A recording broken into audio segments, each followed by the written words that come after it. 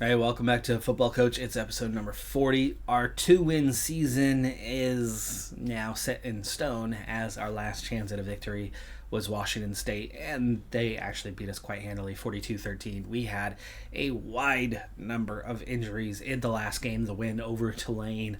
We picked up 5 or 6 new injuries, and it really decimated the starting players. I think all but one of those injuries were the number one guy on the list, and there was at least one major one in those, and all of them just really lowered the starting quality of what we had. So in a final shot, Mason Pennon, just before the end of his career with us as a redshirt senior, that was our 91 overall guy. We bumped him up to play every down, and of course it ended up resulting in an injury. He didn't last 5 seconds like that, and so we just could not overcome the injury bug. Amazingly, that's the only new injury that I picked up. But at 2-9 with USC to wrap up the season, we will fall to 2-10. Here is the plan for today. That's the plan. Less analysis, more let's push forward. We're all these seasons in, and really the biggest thing that's about to happen is realignment. Will we be in the pack, or will we be in a smaller conference a year from now?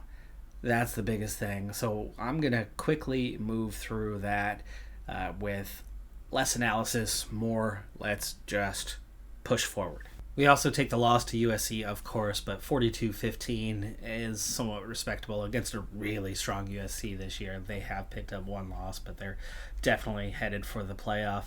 One new injury and 4 guys ready to sign. Now, there's a few on my list that are definitely a step too far. We've really gone in the deep end trying to win some battles, and there's just a few that aren't going to happen. But I'm pretty confident about a lot of the guys we're going after, and this is one of the biggest signings we've ever had. The durability is a little low, but the potential of an A+ and starting a linebacker at a 64 is already 6 to 7 points above anybody else that we bring in. So that is a massive signing for us.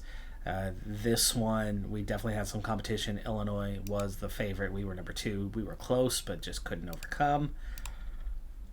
We're going to get this guy, though. B+, that's the lower overall, but the potential and durability are there. Tight end. Safety.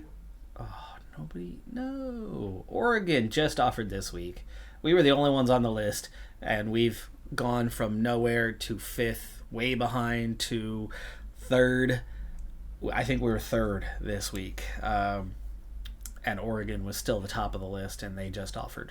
And he immediately signed. So that's a disappointing one that looked like it was for sure going to happen and did not. Regardless, we are at 6 commits already, with 2 of them being A's, and one of them an absolute ace signing.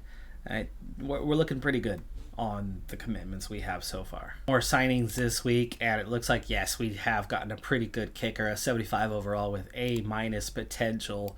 A high school player. It's so rare to sign a kicker, so that was a good addition. Plus, with the 2 outgoing seniors, we're still covered for the years to come. We've got an A- potential cornerback, and a second tight end for the class is not going to happen. Memphis was at the head on this one. We were second. He is a gem with high durability. Would have been a nice signing, a little bit higher on the overall too, a little bit lower on the potential. Would have been a good addition, but woulda, coulda, shoulda. And we've added a quarterback to the class, a 63 overall B+ potential guy. I've held out hope for a very long time that the offensive lineman Joshua Davis, who's the 65 overall, so way ahead of others, like 9 points compared to our average guy, and A+ potential with decent durability, would be the signing of the century for us. But Louisville has toyed with us all season long. We were in on this guy from preseason, pitching very hard. It's been an ace pitch every week all season long, and we yo-yo back and forth because Louisville will just target him and do no pitch at all. But then the moment we close the gap and get within some sort of respectable touching distance of, hey, if the estimate's a little bit off, we might get him, they'll immediately throw in an ace pitch. And for 150 points more or 140 points more than we are, and then open that gap right back up. And so we're inside of 1,000, and we've been in second for a long time. We pulled ahead of Navy. We pulled clear of them some time ago. They never gave up, but they kind of gave up. It's not going to happen. I'm finally going to shut down on the ace pitches. He's heading to Louisville. Ohio State comes into the playoff as the number one team and the only undefeated.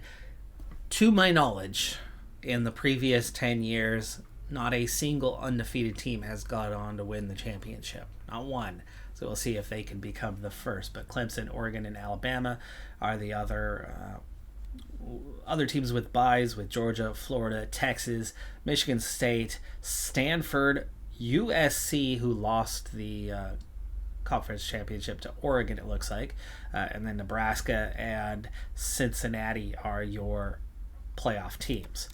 As for the bowl games, at least there's no Hawaii. Florida quarterback wins the Heisman. Cincinnati's linebackers defensive player of the year.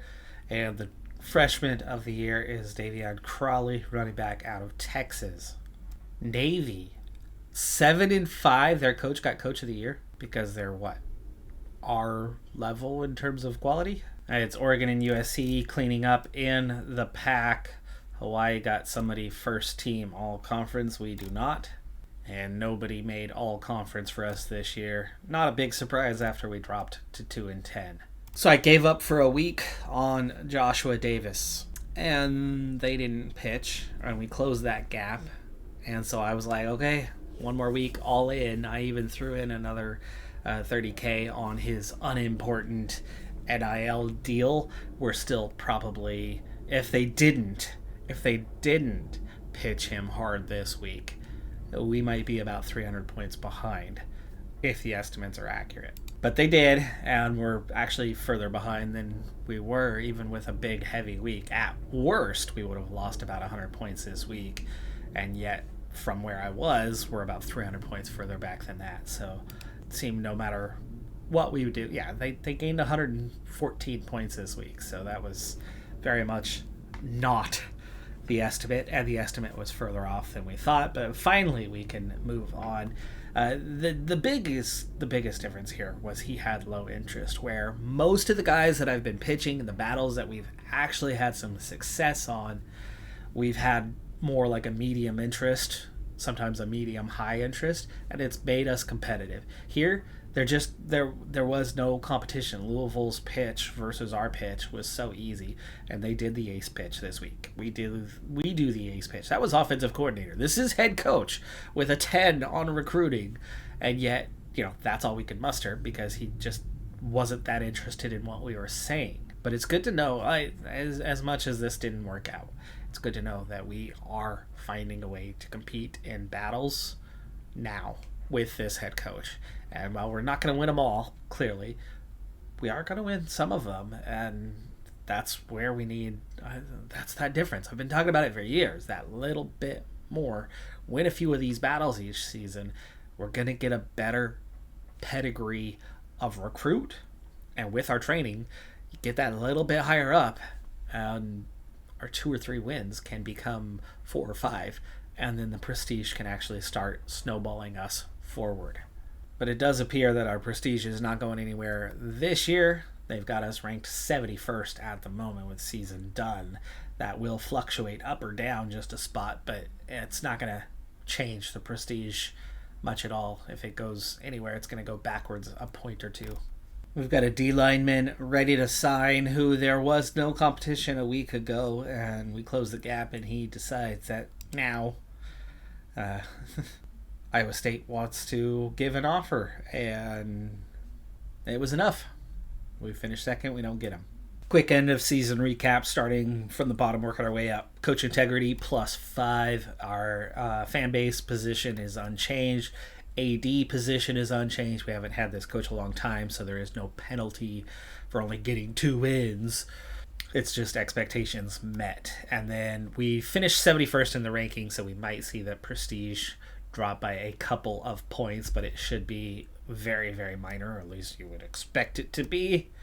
I would be pretty disappointed if it's not. It's Clemson who won the national championship, with the playoff playing out this way. I'm not going to go over the first round matchups, but starting from the quarterfinals, it's Ohio State beating Stanford, Alabama beating Georgia, Nebraska with the upset over Oregon, and it is Clemson beating Texas. In the semifinals, it's Ohio State beating Alabama by 6, and a 13-point victory for Clemson over Nebraska, and holding true to at least what I remember being the case, no undefeated team has finished the season undefeated. It's Clemson from the number 2 spot with 1 loss, giving the first loss to Ohio State, 31-16 in the national championship. Well, this is an ugly mess that I didn't anticipate, but it makes sense. Old age has applied for Raymond Welch. In fact, he has lost a crap ton of XP. That is no small amount. That's nearly 2,000 points lost. We met expectations. We've got some bonuses applied where we gained nearly 500 points, but we're going to see a degradation of 1,500, seeing his level drop. Now, the good news is the offense and defense from our head coach is useless. It's his recruiting and training that he is here for, but we have to take a point away. Luckily, the others are going the right direction. Our offensive coordinator gaining a point. We are a 10 now with the bonuses, so I don't need to add offense. I certainly don't need to add defense. The recruiting and training are what we need to see progression. We went nowhere because of his level 1. Let's get him to level 2. I do not need to get it to level 5, though. I need to put recruiting points in early for him. We do get a new skill badge, and he got 1,200 points. As an offensive recruiter, he's already got a power back recruiter bonus. We are going to get the pass recruiter bonus. Offensive linemen have been the hardest to recruit, the most competitive, getting a plus 100 on pass protectors, which is a lot of guys, is going to be a big plus for us to maybe start competing and winning some of those battles and getting some better offensive linemen in. Our young defensive coordinator, first year on the job, he's just now 34, and we've already got him up a level. We do still need a point on defense to get it maxed out, so we're going to take our 10-10. So his first point is going to go into giving us that with bonuses, getting us to both sides of the ball literally maxed out for the time being anyway, as long as we still have these offensive and defensive coordinators matching a head coach when the current one ages out is going to be really important and maybe challenging, but then we'll be able to put in points to training and recruiting for him soon enough, and we're also going to get a badge. And zone recruiting is a big thing for us, so we are going to get a zone coverage recruiter, which is going to help us both, well, really, especially cornerbacks and safeties, but I think linebackers can also take the zone coverage. I've already got the +2 on scouts. That's a nice one. That is very much a nice one. But no, we're gonna take the recruiting bonus. Early in the contracts of all 3 coaches, we will retain them for the year. Even though the head coach is going backwards, he still offers us a lot, especially in terms of scheme bonuses, but the training and the recruiting. Just 5 retirements this year, and 4 of the 5 were younger than our current head coach. It's only going to be a matter of time till he retires, and it definitely puts a wrench in the spokes of the current plan, but at least we do have some quality, at least for the time being, and we are getting some rapid development out of the other 2. Be nice to get more than just 2 wins, though. To carry on with that, we really need to be going onward and upward in the coming season if that's going to happen. We have no one entering the draft. Mason Pennon, despite his durability issues, at just 9 sacks in 47 games, which really, 46 pressures is certainly a lot, but that's 1 per game. 1 forced fumble. Those numbers are not amazing. He really isn't half the player that they think he is, and they think he's going to go in the second round. Bailey, projected for a 7th round draft pick, could mean how many years in a row would that be? 3 years, 4 years in a row of 2 players taken in the draft? 9 graduates of an 80 plus. However, only 3 of them were better than an 82. And 17 graduates in all. And some of them that never even played a game. One of our safeties ended up at 74 overall. But he was always just right there on the edge. Didn't have a major reason to cut him. Probably should have at some stage, but that's okay. Really only 2 guys that didn't make their mark. Everybody else got 2 years in. And the other one was, a position that's just difficult to get any game time. He was 3rd on the depth chart this year. Got 2 games in this year. He was 3rd on the depth chart last year. Got 3 games in, apparently. For the moment, we still have all of our NIL money, so we're looking good on there. Coach integrity is rising, though it's definitely lower than I want it to be. And as is always the case, we do have 4 guys that are thinking about transferring. Norman in particular, we're going to have to once again make a pretty big move to try to hang on to him. And the theme here is running backs and tight ends is where we are potentially losing some guys. We're going to have to try to retain what we can in there, and then look to make whatever cuts are necessary to trim the roster. At the moment, though, we have 12 scholarships still available even after 9 incoming commits. It's already really enough. If we can retain 2 or 3 of these guys, that's suddenly going to bump us up to less than 10 remaining. The cuts will certainly be necessary at that point. I've got a coach that's about to retire. 4 games is asking a lot considering our record is 3. But we're going to go ahead and put the coach integrity on the line. It's there to be used, and like I said, this is a coach that's going to retire pretty soon anyway. And as you take a big hit, a big degradation towards it, we're going to go ahead and use it. We're going to risk it. We're not going to spend $2 million to keep Norman around for another year. For one thing, crap, here's the thing. He will leave if we don't get the 4 wins next year, where if we promise the money, he sticks around. Oh, man. He sticks around for his junior year, and then that sets us up for the 1 more year where he would be gone regardless afterward, and the integrity doesn't hurt. Here, you fail. We don't get 4 wins next year. Norman is gone. Not just the integrity, but he's gone. If we spend the money, he sticks around. We're going to spend the money. Really only had 2 players that weren't cutting it, that weren't developing well enough. We got a redshirt sophomore wide receiver who dropped in potential, has durability, yes, but just does not have potential. And then we also had a running back who was underdeveloping already through 2 years, just a 63, and I think he started as like a 60, so he's just not growing. And then we are losing 2, though.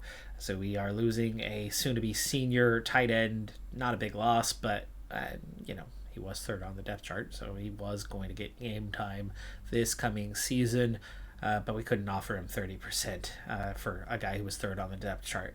As for the running back, this one does hurt a little bit. He was already 3rd on the depth chart, and he's a redshirt freshman. Like, he was going to play plenty, but there's a lot of guys very close in quality just behind him. He was better than what they were, but I just can't offer him that game time, especially while we are keeping Norman around for yet another year. Norman was going to eat up a lot of snaps in the season to come, and I just couldn't give Douglas enough. I'm tempted to use the $646K to hang on to him, but there's guys close behind, and he wants to be a star. There's probably going to be problems again in seasons to come. Screw it. Let's do it. Well, let's keep him here. Let's keep him here. Keep what you have. Keep what you have. 11 scholarships for the year to come then. USC's quarterback went 1st in the draft. It's Ohio State, right? This is what they do. They pump out wide receivers, and they've done so here as well. Number 2 in the draft. As for us, Pennon did make it into the 2nd round. 26th pick of the 2nd round, and Bailey went in the 6th round.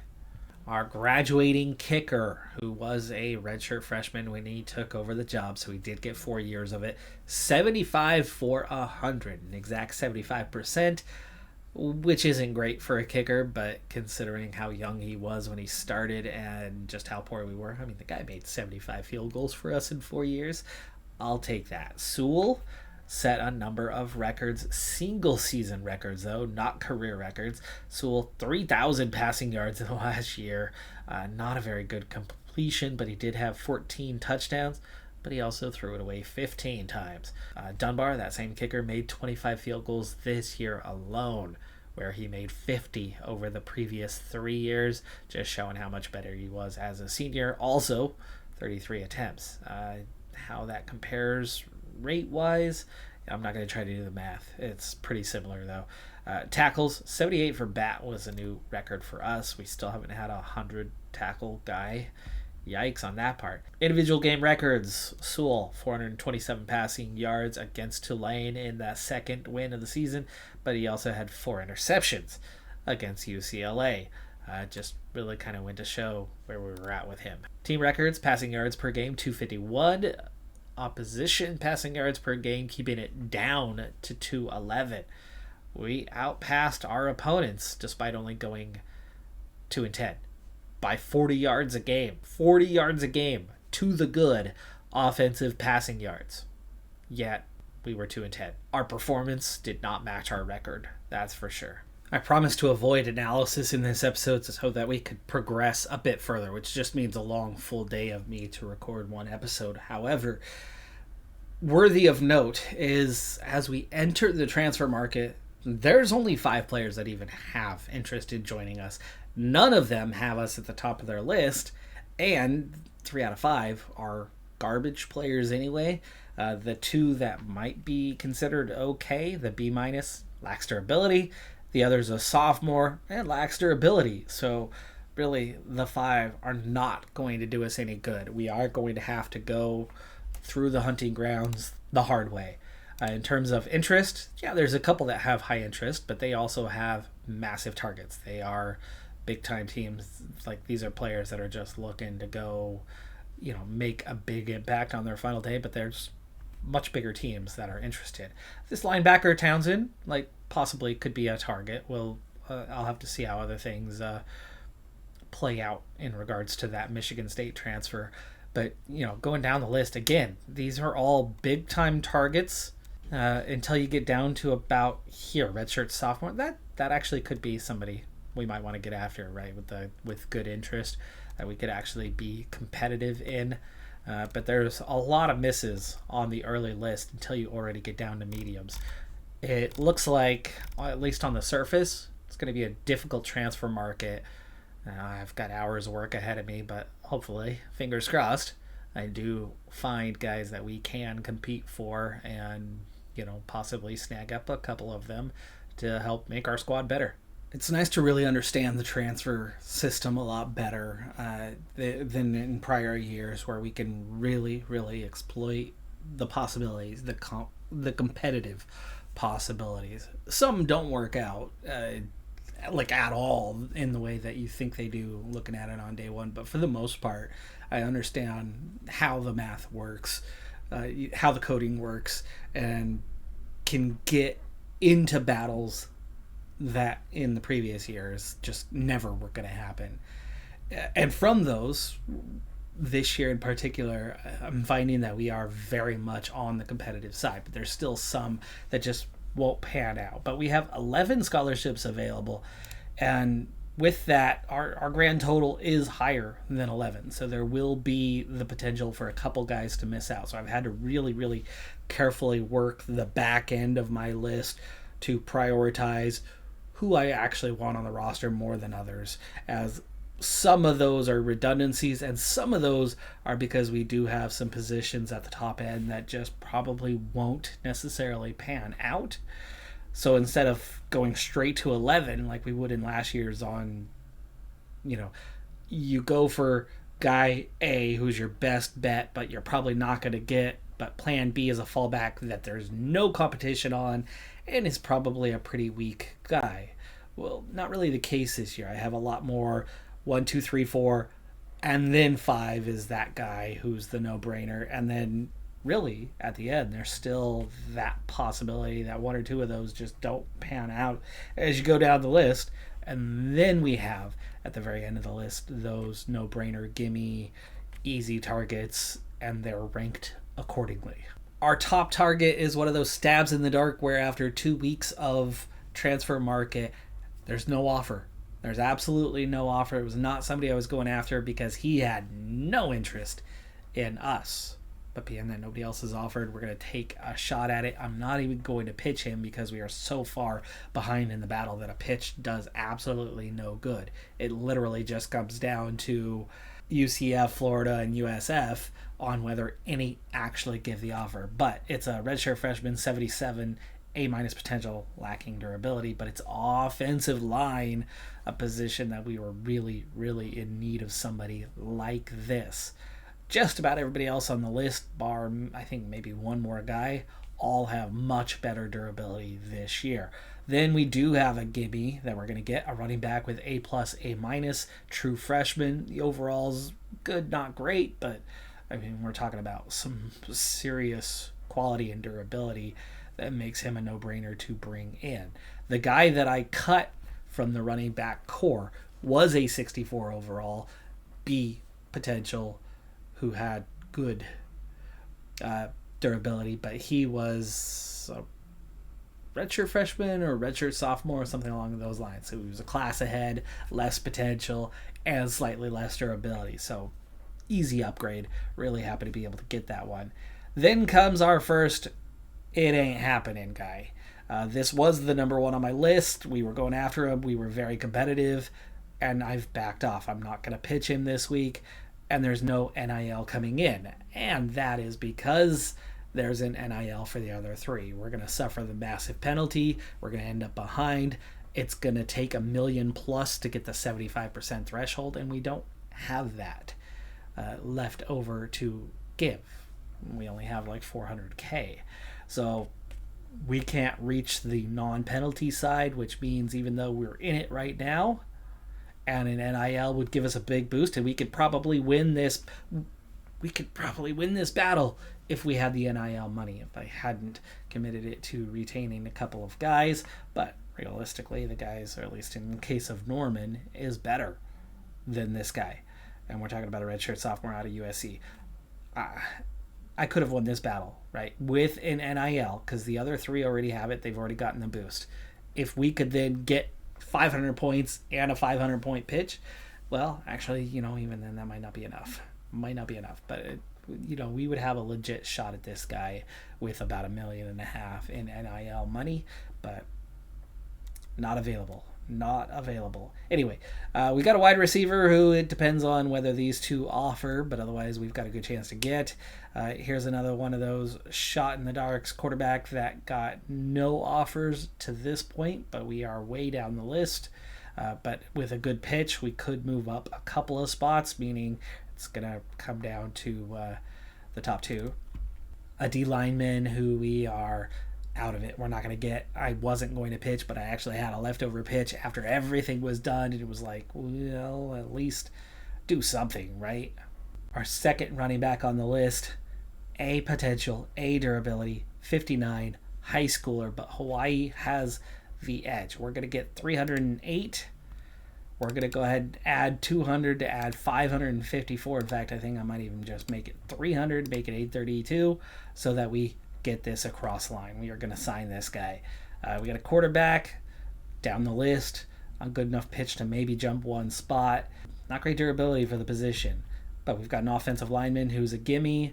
We've got another one of those out of it. Nobody's pitched. We're coming in late to try to see if we can snag him up. If none of the three offer, we've got a really good 2,000. Like 2,000's enough to not do anything. It's still for the list. He was also one of those I had the extra pitch at the end. There's quite a few gimmies on this list. There wasn't that many competitive guys, and with what's the number? Something like 16 pitches, and there's only 26 on the list. So only 10 guys are not getting, and there's a bunch of gimmies. There's more than 10 of them anyway. To where we just kind of threw in those last couple just because. After that, we're getting into that B range, a little more competitive. Never mind going through the details on those. Let's have our signing day. Like I said, the bottom 6 or 7 are going to duke it out for the last maybe 1 to 2 scholarships, depending on what happens above them on the list. But we'll definitely get 11. All right, so number 1, 2 offers did come in. We are well out of that one. Not the top one, but we are going to get the running back. That was a gimme, and it looks like the wide receiver that we were hoping nobody would come in on. All 3 did, so we miss out there as well. But the wide receiver, the high schooler, we're going to get him, as the other 2 did not. So we do get 1. We've snagged 1 of our top guys so far. Quarterback, the other 2 did not come in, so we got him as well. So we've already gotten 3 guys up near the top of the list that there was potential for competition, but it didn't amount, so that's already a good start, as we've got 3 of our first 5 guys. This one is not panning out, though, as the others did come in and offer on that. So that I already knew we were going to miss the wide receiver one, right? Was that the one? Anyway, one of those I knew was going to be a miss. There was guys above us. Yes, guys above us that all came in. That was the NIL one. That was the NIL one. So I knew that was not going to pan out. So far, there's only been 1 that hasn't panned out that I was, or two that haven't panned out that I was hopeful would. Good start.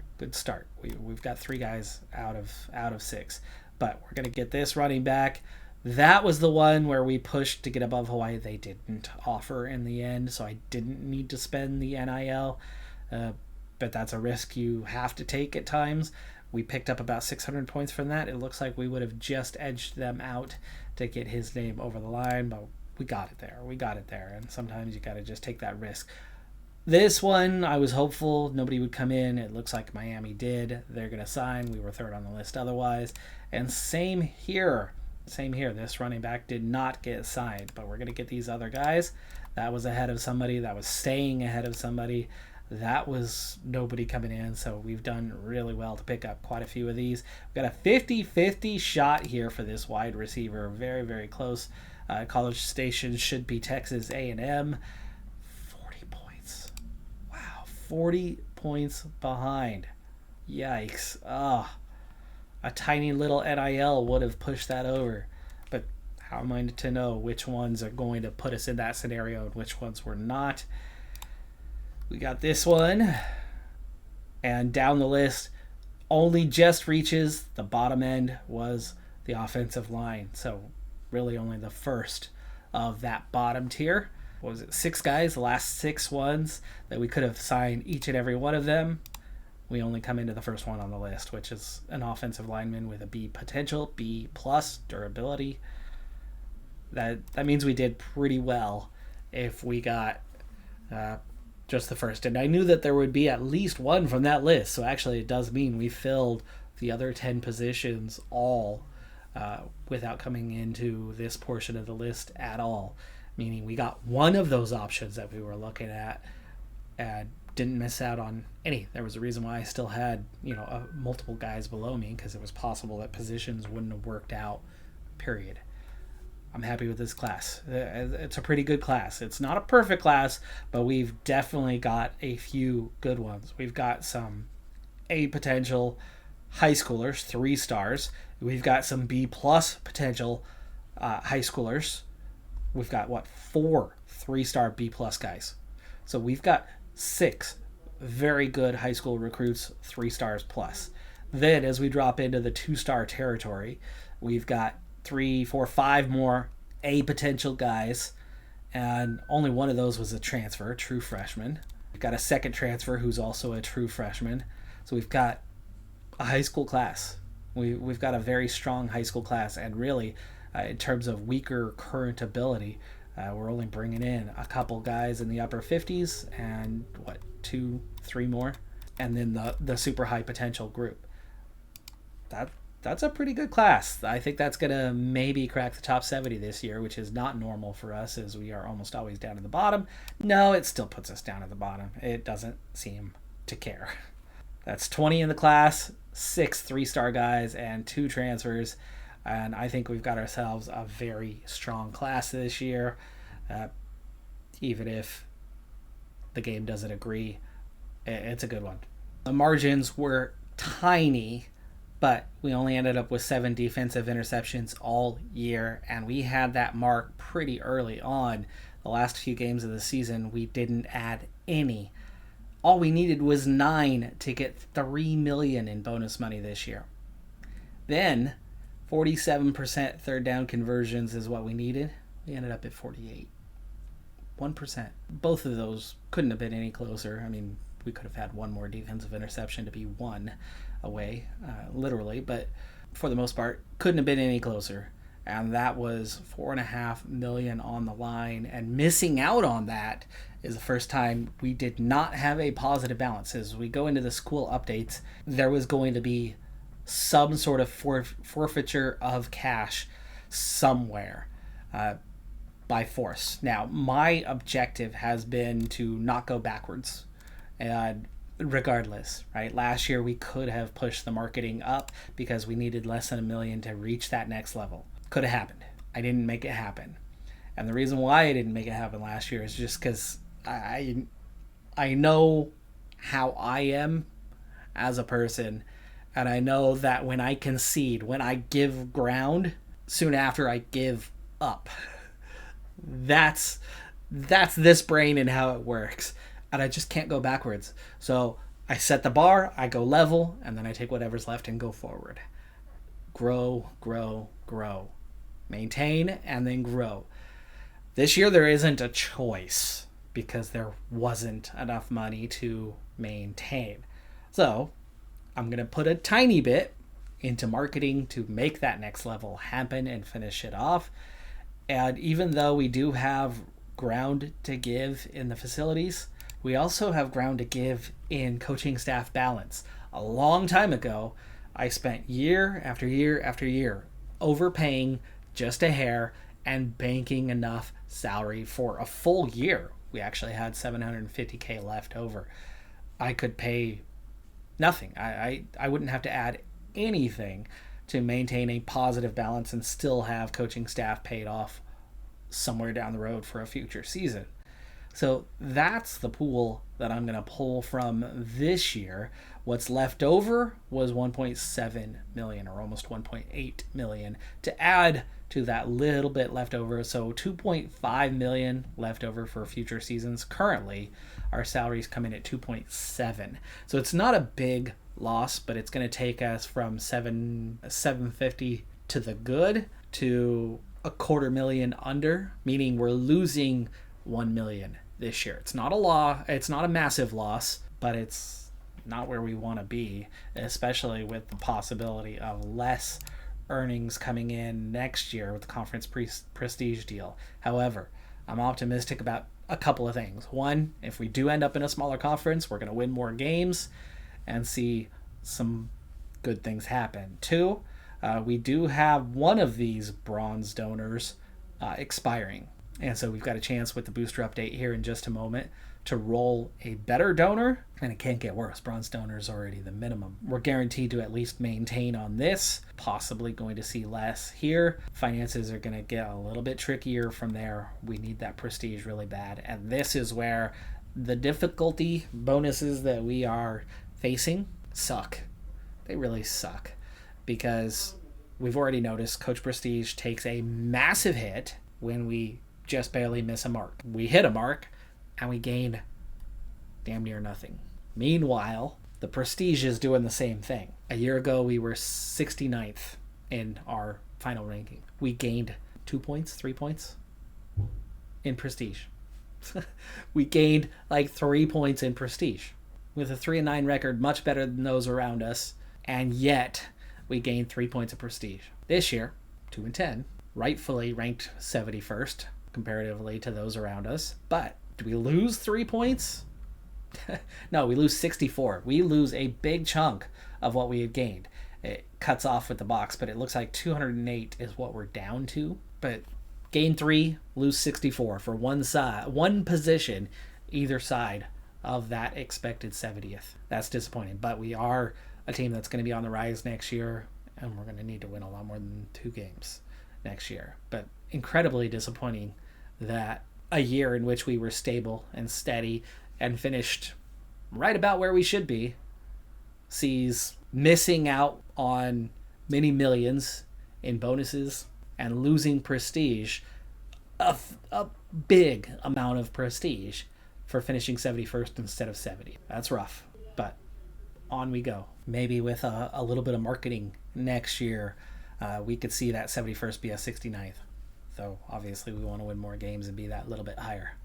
The booster update didn't pan out. Apparently we're keeping the same booster because we didn't roll anything higher, so they just stick around. Could be the case. Well, here comes realignment finally. But we are not amongst any proposed changes. We have a chance to roll for new. Only the top 3 and bottom 2 prestige teams in each conference have the potential to join a realignment. Now, we are very much the bottom prestige team. Look at what that Patriot Conference would look like and just how capable we would suddenly become of winning a lot of games. Especially the way we're building rosters. I mean, it's not showing me what their current qualities are, but I think we've been at this long enough. I'd like to see. We're going to try a new realignment. We're going to try to get ourselves a spot in the Patriot League. It's not that big of a drop because we're in a conference that's super tough, yet only 5 stars. So we're not getting a big financial boost by being in a big conference. And I guess the Pac-12 certainly did drop the ball, not in prestige, but in finances. And that's where they've got them locked in, was finances being an issue and not actual prestige. It was about the money. Anyway, we're going to run away from a little bit of cash. And here we go again. Okay, so SEC losing 2, Midwest losing 2, Atlantic losing 2. And here come the big changes. Big changes to the Pac-12. 7 in and 5 out. Holy crap. That is the move. That is dropping us down. And out. Oregon. Whew. Where in the world would they go? What, to the Prairie Conference? Yikes. Stanford and USC, the top 3. Us and Hawaii both moving out. Oh my goodness, does that mean we are both moving to the Patriot? It does. Our rivalry will persist. Well, I'm liking this version better. And 3 biggest programs, UCF, Cincinnati, Houston, all vacating at a fairly similar structure with Syracuse, Wake Forest, Indiana, Hawaii, and us moving to the Patriot. Definitely does play out a little bit different, but the biggest mover is Oregon, USC, Stanford, who all did move in real life, obviously. But you've got 6 big names moving up to bigger conferences and a huge drop of 2-star and 1-star programs dropping down, some to the Pacific, which would suddenly be a much more winnable conference, by the way. 4 2-star programs drop into the Pac-12, but there was no movement, right? And we would have been relegated regardless. The way that this works, the way that this is structured, we would have been bumped. We just ended up being in the one conference that saw no change. But as one of the bottom ones, to bring teams into the conference, we would have inevitably been shunted. We were in one of the bigger 14-team conferences. Anyway, Pac-12 is suddenly a 16-team conference with a whole bunch of weak programs, but a few good ones added, and then 3 really strong programs vacating, but 2 really weak programs vacating. I do like what this is going to give us in possibility, and it's a 12-team division, or a 12-team conference now, so it's on the light side. Okay, the new league structure.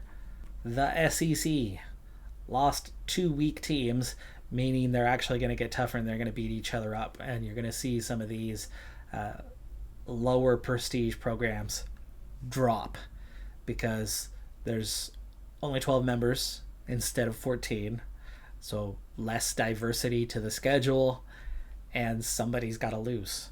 So these, like South Carolina is going to struggle. That 3-star is going to get worse. But in the Midwest, they do have extra cash, though. The Big Ten lost 2, gained none. So again, their bottom end, Rutgers, Minnesota, could struggle at this point going forward. But again, they get extra cash. ACC lost 2. They got away from 4 pods, suddenly have a regular structure with 14 members. They have enough plurality in the bottom half. Like half the conference is pretty bad. It's going to help Clemson and Notre Dame continue to do well. North Carolina, Miami, and Florida State occasionally. And there's your A&M. That's Blacksburg, right? Do well.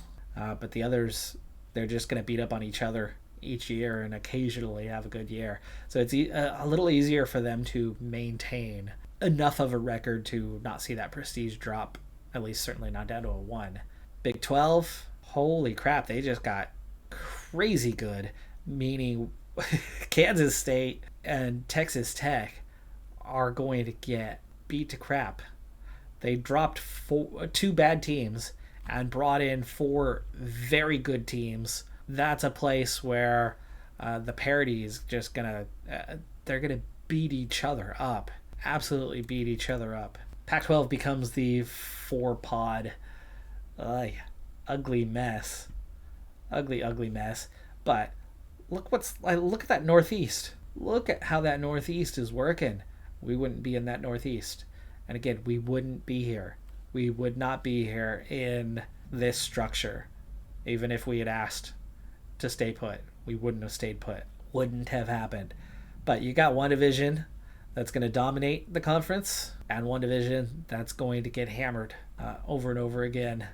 And then UCF is going to come in and be pretty competitive. Washington and Utah, you're going to start seeing a lot better records from them. But UCLA, well, I don't know. UCF is going to have a pretty healthy advantage. 7 stars.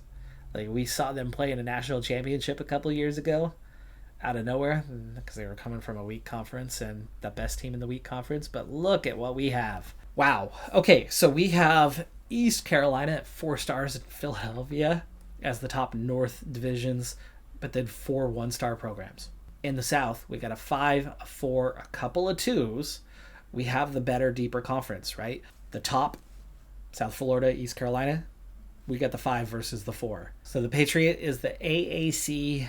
Dallas, that's SMU, they're 4-star, versus Philadelphia, which is Temple, they're a 3-star. So again, advantage, our division. Hawaii, 2-star. Syracuse, 1-star.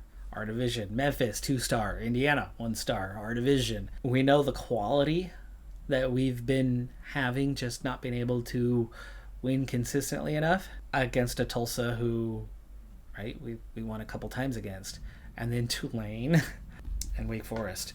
We're definitely looking at the capability now of winning a lot of games against this bottom 8, except for maybe Hawaii. Except for Hawaii, because, you know, they're amazing.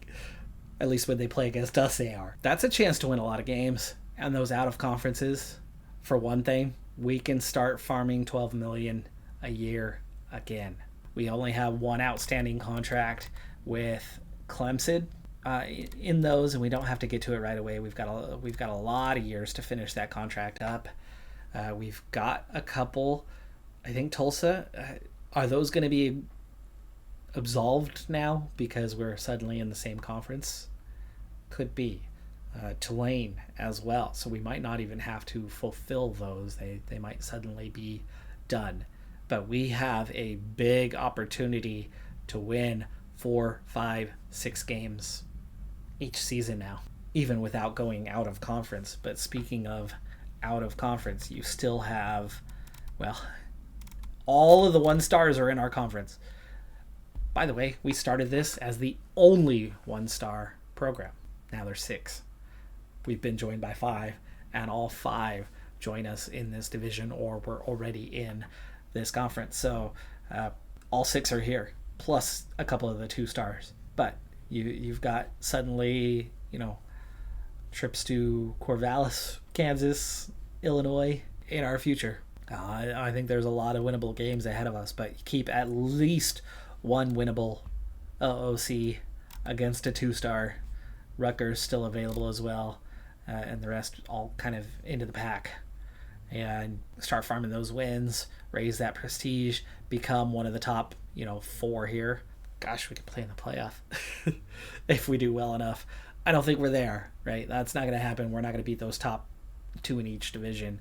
But I think from that bottom group, easily now, we're looking at 4+ wins every single season from here on out, and raising that prestige up. And then you add in, one more 2-star. We should be looking at 5 wins a year. Pretty easy from this point. Less cash coming. But we farm that $12 million with one big out-of-conference game each year, and then finish the Clemson one up at some point, but just add one new one each year. That's a 3-year cycle, though, right, to get that in. So that's going to be tricky, but we need that cash for the next little bit while we raise the prestige to level 2 and bring our cash flow at least back to where it was. That's the goal going forward. But there you go. We have it. We are changing conferences. We had to do it manually, but what a step in the direction we need. We now have the capability of winning a ton of games, and there is no excuse to win anything less than 4 games a year here on out playing in this conference. That's going to do it for this one. I'm Decathlon Gamer. Like, comment, subscribe, and I'll see you next time. Have a good one. Be safe out there. Bye for now.